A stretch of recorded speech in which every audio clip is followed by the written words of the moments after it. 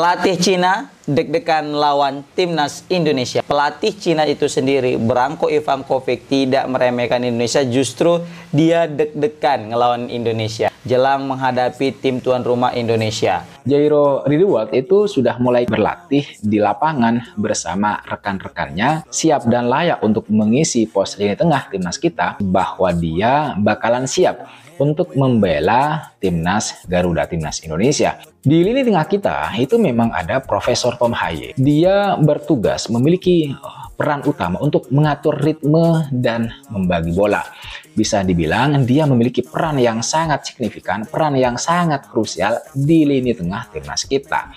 Dan kalau dia kurang fit atau tidak dalam performa terbaiknya bersama timnas, kita tidak memiliki pemain cadangan atau pemain lain di bangku cadangan yang bisa menggantikan dia sekaligus menjalankan peran dia di atas lapangan sebagai jenderal lapangan tengah. Tim nasional Indonesia hari ini, terutama senior, sangat butuh pemain matang untuk mengarungi putaran ketiga atau bahkan jika sampai lolos bisa bertarung di Piala Dunia 2026. Jadi pemain ini sebenarnya posisinya di gelandang bertahan sangat dibutuhkan juga untuk pemain alternatif pemain tengah dari tim nasional Indonesia. Ya, dan yang pasti Jairo minat, tidak dipaksa-paksa, tidak dinego-nego, tapi memang Jairo yang minat dengan tim nasional Indonesia.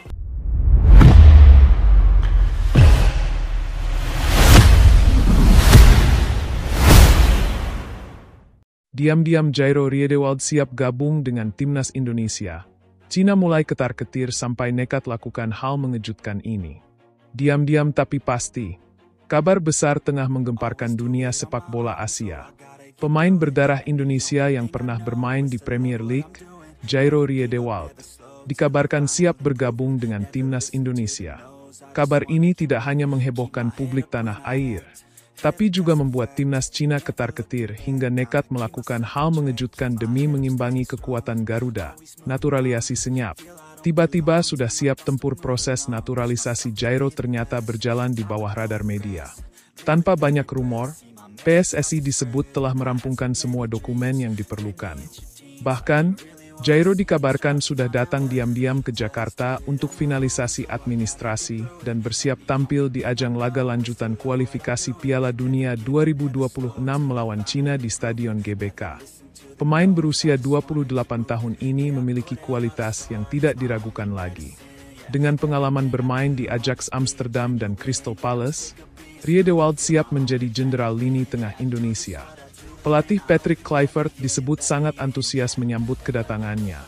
Cina panik.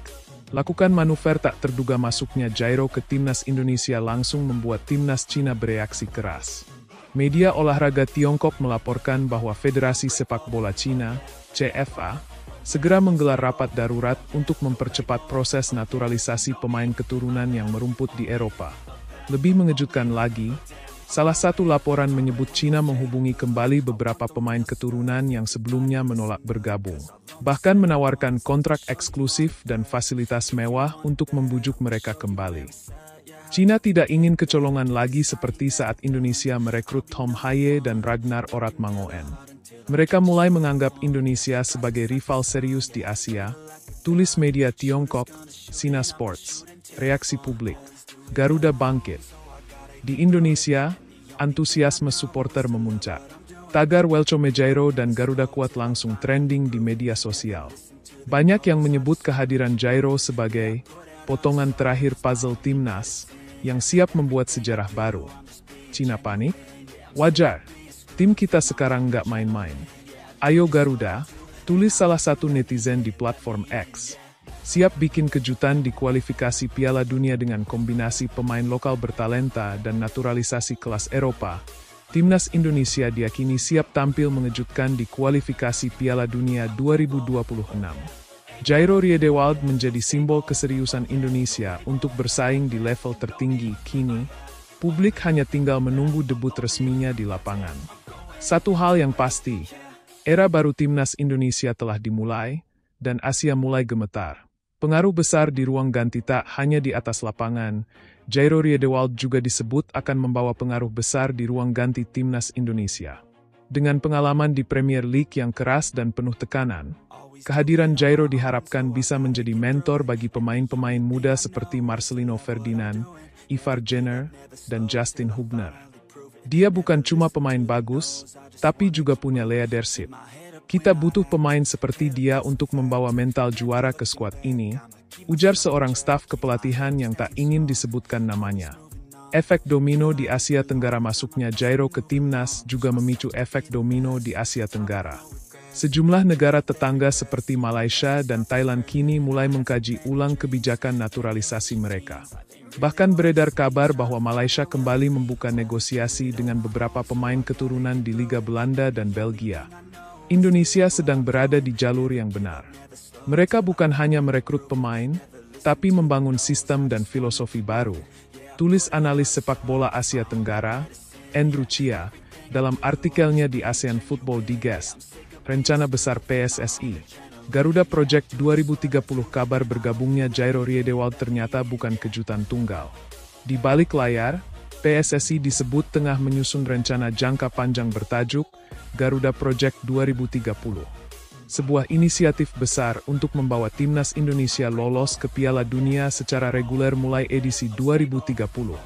Dalam proyek ini, naturalisasi pemain diaspora berkualitas tinggi hanya satu bagian.